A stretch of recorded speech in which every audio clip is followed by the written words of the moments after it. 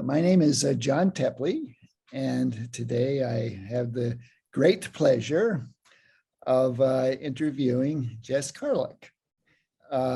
They had this amazing painting last year at the Lincoln City Cultural Center. It was a landscape with some dark forms in it, and then you saw these little speckles, which is just like the seabirds that you always see on the ocean. And unlike most people who try to make these little birds look like little birds, she just did like little flecks and stuff of paint, and it was perfect. I mean, you stood back and it was perfectly like, how the birds fly, and it was just really unexpected, which is always a fine thing to have in artwork, is an unexpected experience. How are you doing? Good. I was actually out in Lincoln City this weekend. I wanted to catch the washed ashore. Yeah. That's I didn't get a chance to see that exhibit. How was it? I mean, it's effective. They're lovely representational sculptures, but the texture is all trash. Yeah. Every single bit. I think it's up for another couple of weeks actually, but it was lovely. Oh, nice. Well, let's talk about your work. So when you are starting a painting, you're looking at this blank canvas. What kind of thoughts come to your mind as you are deciding how to begin the painting? I've probably already had a couple of preparatory ideas before I get to finding the canvas stage. And then I'm thinking about dark and light and just sort of the general framework of what I'm going to do. Sure. So in your painting from last year, there was definitely dark and light areas. Is that the kind of thing that yeah, I'll do, not really an underpainting, but a sketch on the canvas. I don't usually do a ton of preparatory drawing. I'll kind of sketch it out and then I'll put it on the canvas or the board itself.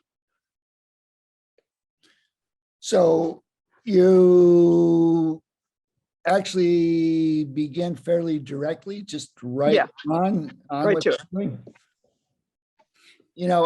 I often work that way too, and my experience is I start out with something and I spend the rest of my time kind of correcting the original mistakes. Yeah. And some people just say that's being creative, but I do have an idea what I want it to look like. I'm just not sure what that is exactly, and I keep kind of reworking it to maybe get closer to whatever idea I have in my mind. Does your process have similarities to that, or what? How would you describe it? I mean, yeah, I'm working towards, I don't often paint on site very big, particularly as I've started to get a lot bigger, but I'm kind of working from the image I have in my mind, and then I'm going to fuss with a line here and a line there and start kind of with like a horizon and a sky usually, and then fill in everything else. So could you on that beautiful painting that you have behind you? I mean, I love it. You have this amazing landform. That's saying I'm here, I exist. And Yes. then there's just this subtle motion Mhm. in the water behind it. I'm gonna sort of spin the camera there. It's really big. What's the size of it? It's 6 foot by about 2.5. It legitimately is a door. Ah, yeah. Because I came into it cost effectively, unlike purchasing or making a panel that size. Yeah. Well, so it's an actual door. It is an actual door. What, The what do you- hardware is off of it, and somewhere on the painting, no, not that one. Somewhere on one of the ones in this series, there's actually a little hole, round doorknob hole filled with some wood. This isn't the one though, that's a different one. You know, I've always thought that was kind of a nice surface to work on. Do you like working on wood? I do for some things. Like when I feel like I'm building it, I love wood. If it's more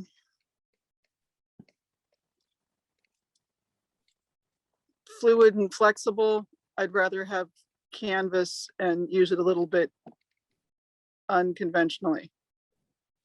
What do you mean by fluid and flexible?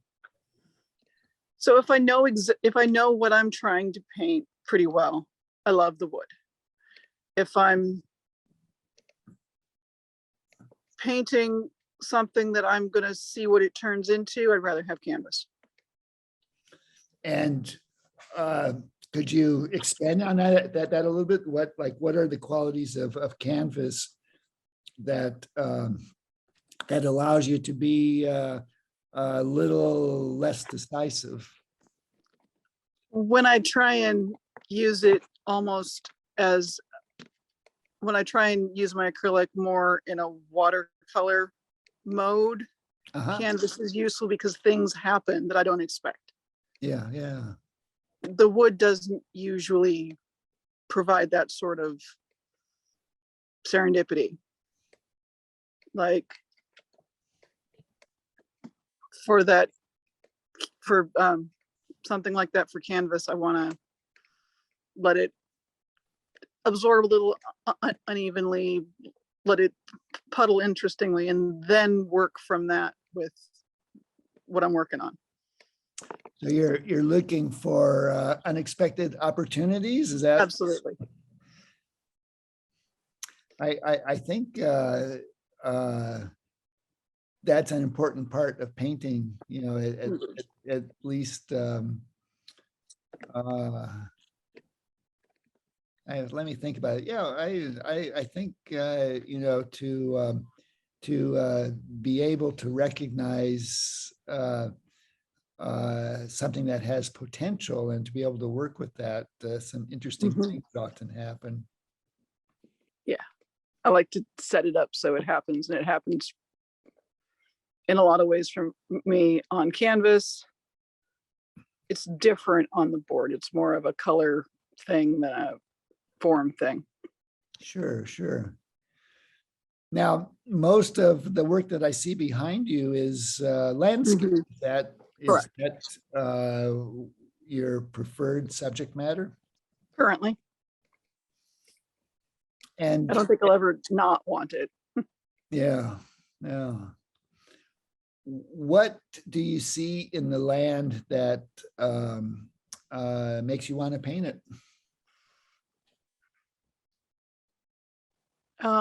There's just a connection there for me in a moment. I don't know that I'm necessarily painting a place. I think I'm painting a time. And I feel like that's more accessible to both me and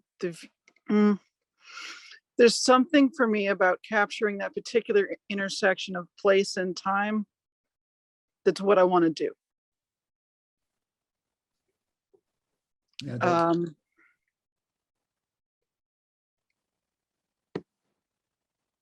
I feel landscape is other. It's not me. It is and it isn't, right? We're all connected because we live here, but it's sort of that connection and discussion with place that I really want to do. Sometimes I'm not sure I know how to talk about that with people because we get hung up on the people and don't see what else is happening. sure. It sounds, if I could say, kind of what I heard is there's something intangible about the landscape that draws you towards it, and for some reason you're not quite sure if you want to paint it. Is that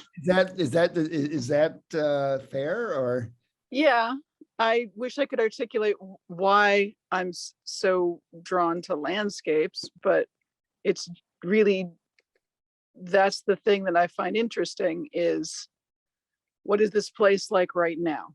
What's happening? And also the feeling that I could paint or go to God's thumb, which is what that is, and it would be different every time. yeah.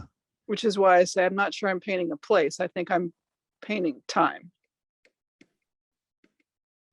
The place would be different every time, and your painting of it would be different every time. Well, yes. So it's the appeal is to capture a specific moment or the feeling on this at a specific moment, right? Yeah. So does, I know, like the word other dimensions just came to me. Does that, where Sure. when you're talking about place and time? Well, it is, on the axis time is another one. Yeah. Is another one. Yeah. Yeah. We'll go with that. Nice. Yeah, I think that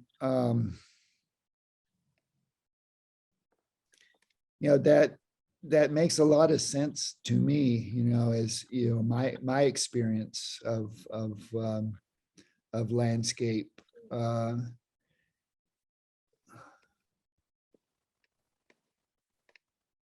What I often feel is like there's a perfection in the moment. Are you, does that make sense in your work? A perfection? A perfection in the moment. Is there spirituality in your work? Yeah. That's kind of that. We're edging up to it there. And yes, it is about connections with the landscape, with the earth, a particular place and time. And I wouldn't use perfection for that because like there's not one perfect moment, but maybe each little crystalline bit is. Yeah. I would agree with that. Now you did Agate Beach in Oceanside. Oceanside. Do you have a connection to that location? That particular beach has been one of my family's favorites for some time. I mean, my kids and my mom and my siblings and I have all been going there for a long time. If I could move to the coast, I'd probably try and end up there. Agate Beach. Yeah. Now, Um, now, a lot of what we're doing with the Seventh Generation Project is working at making a better ocean. Does art have a role in activism? absolutely, because it's one of the ways that we as humans experience the world and talk about it. So using art or um, connecting art to activism is one of the ways to connect other people, to have it be not just a thing that I do, but a thing that other people might ask themselves questions about and think about. And so many of us have that same kind of connection to a particular place on the ocean that, you know, pairing painting to that sort of activism and folks' entertainment and sense of family, it helps recruit them to preserve the place that they love too. Nice. Well, we've been talking with Jess Carlock. Do you have any final thoughts that you'd like to talk about?